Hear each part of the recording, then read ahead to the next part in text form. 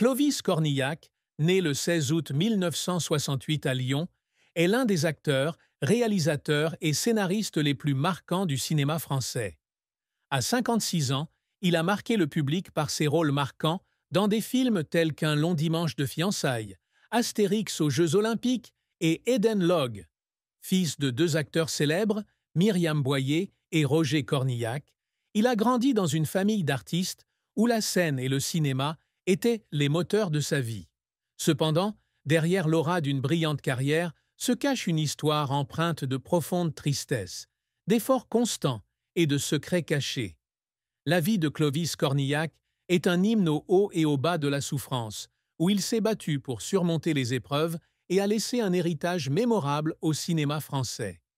La plus grande tristesse de Clovis Cornillac fut la perte de son père, Roger Cornillac, et les années passées à gérer le sentiment d'abandon pendant son enfance. Roger, metteur en scène et comédien talentueux, était un père passionné, mais aussi un homme complexe, souvent absent de la vie de Clovis en raison de ses longues tournées et de l'échec de son mariage avec sa mère, Myriam Boyer. À 5 ans, Clovis a divorcé de ses parents, laissant un immense vide dans son cœur. Il a grandi entre Paris et Lyon, séjournant souvent chez sa grand-mère pendant les tournages de sa mère, et le sentiment d'absence de son père est devenu une blessure qui ne s'est jamais refermée. Roger est décédé en 1999, alors que Clovis était au sommet de sa carrière, et cette perte a marqué un triste tournant dans sa vie. Clovis a confié un jour qu'il n'avait jamais eu l'occasion de dire au revoir à son père, ni qu'il n'avait pu exprimer les émotions complexes qu'il avait gardées en lui durant sa jeunesse. Un soir, tard dans la nuit, dans son petit appartement parisien, assis seul, il regardait une photo de lui et de son père à une représentation théâtrale et fondit en larmes. Il se demandait s'il était vraiment aimé de son père, ou s'il faisait simplement partie d'une vie trépidante que Roger ne pouvait pas fréquenter.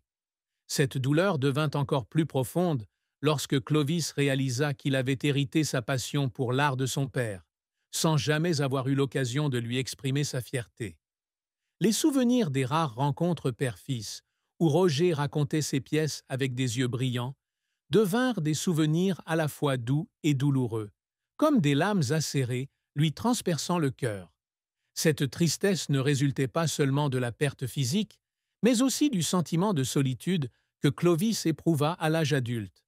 Jeune homme, il se demandait souvent s'il appartenait véritablement à sa famille d'artistes, ou s'il n'était qu'un enfant perdu dans un monde d'adultes affairés. Certains soirs, sur scène, jouant des rôles émouvants, il avait l'impression de rejouer sa propre vie, où il devait cacher sa douleur pour apporter de la joie au public. Cette tristesse le suivit au fil des ans, devenant une part indissociable de son être et l'inspiration de ses rôles les plus profonds, où il laissait son cœur s'exprimer à travers chaque regard, chaque geste. La carrière de Clovis Cornillac fut longue, ponctuée de grands succès, mais aussi d'échecs et de moments douloureux. Issu d'une famille d'artistes, Clovis entra très jeune au théâtre.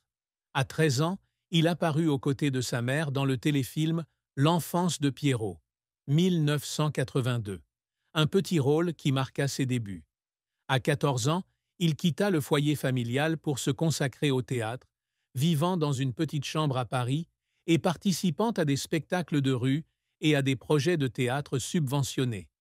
Sa carrière cinématographique débuta en 1985 avec le rôle principal dans Hors-la-loi de Robin Davis, où il incarnait un adolescent rebelle.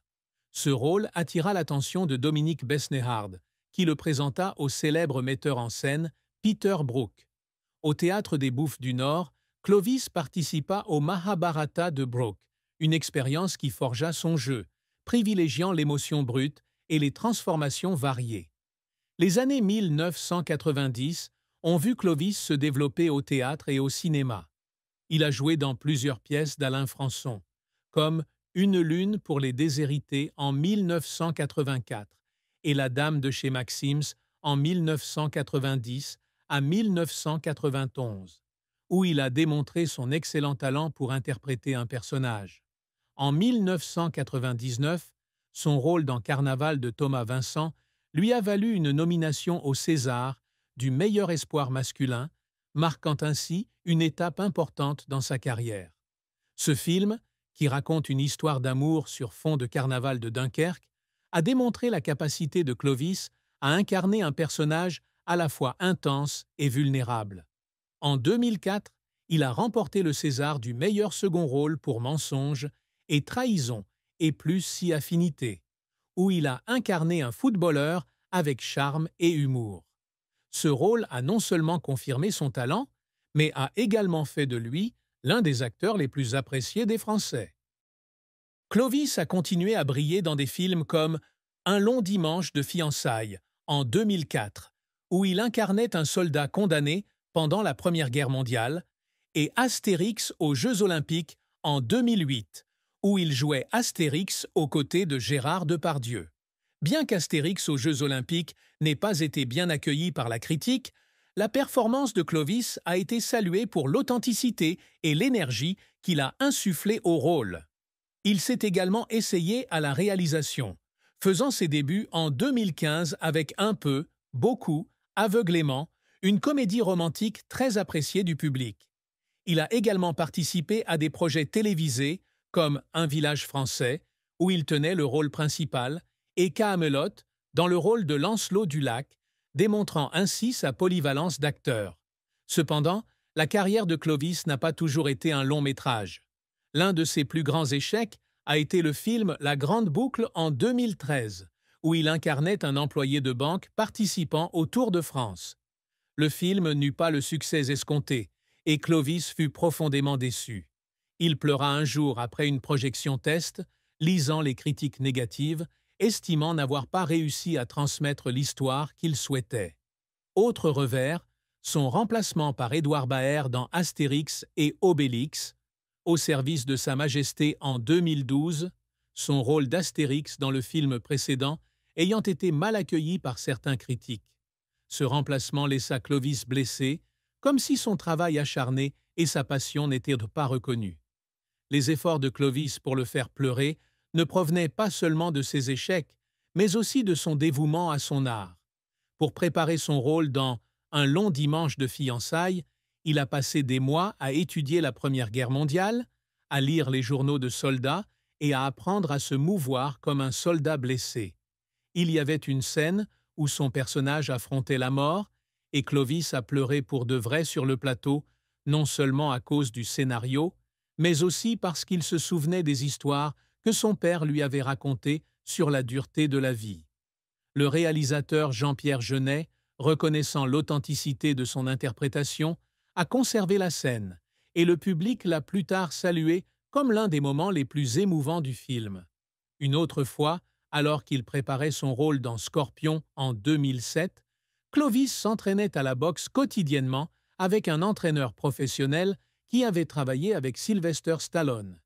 Il voulait incarner un personnage à la fois fort et vulnérable, et cet entraînement rigoureux l'a épuisé. Un soir, après s'être entraîné jusqu'à minuit, il s'est assis seul dans la salle d'entraînement, pleurant, se sentant insuffisamment bon. Mais ce sont ces moments qui l'ont aidé à grandir, à apprendre à dépasser ses propres limites et à livrer des performances mémorables. La triste fin de la vie de Clovis Cornillac fut son retrait progressif des projecteurs de la scène et du cinéma après un grave accident en 2024. Alors qu'il participait à un nouveau projet de film d'action, Clovis eut un accident sur le tournage d'une scène dangereuse. Une cascade ratée lui laissa une grave blessure à la colonne vertébrale, l'obligeant à suivre des mois de traitement et de rééducation.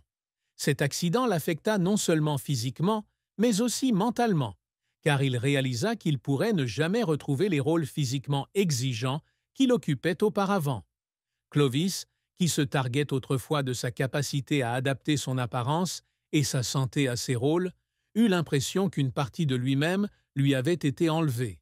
Après l'accident, Clovis devint plus discret, passant plus de temps dans la petite maison lyonnaise où il avait grandi.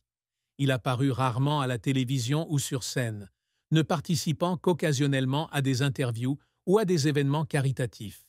Dans une interview accordée à Télématin en 2025, il confiait avoir eu l'impression d'avoir perdu une partie de son âme après l'accident, mais il essayait toujours de trouver du plaisir à écrire des scénarios et à soutenir de jeunes comédiens. Le public qu'il avait apprécié pour des rôles comme Astérix ou le personnage de Mensonge et Trahison était bouleversé de voir un artiste autrefois dynamique vivre désormais dans le silence. Clovis Cornillac m'a fait rire et pleurer avec ses performances, a écrit un fan sur les réseaux sociaux. Maintenant, je veux juste qu'il sache que nous l'aimons toujours, même s'il n'est plus sur scène. L'amour et le mariage de Clovis Cornillac furent un chapitre émouvant, rempli à la fois de joie et de tristesse. Il épousa l'actrice Caroline Proust en 1994, alors qu'ils étaient tous deux jeunes et en pleine construction de leur carrière. Ils se rencontrèrent au théâtre à Paris, où Caroline fut attirée par l'enthousiasme et le talent de Clovis. Leur mariage dura jusqu'en 2010 et donna naissance à des jumelles, Alice et Lily, nées en 2001. Au début, ils formaient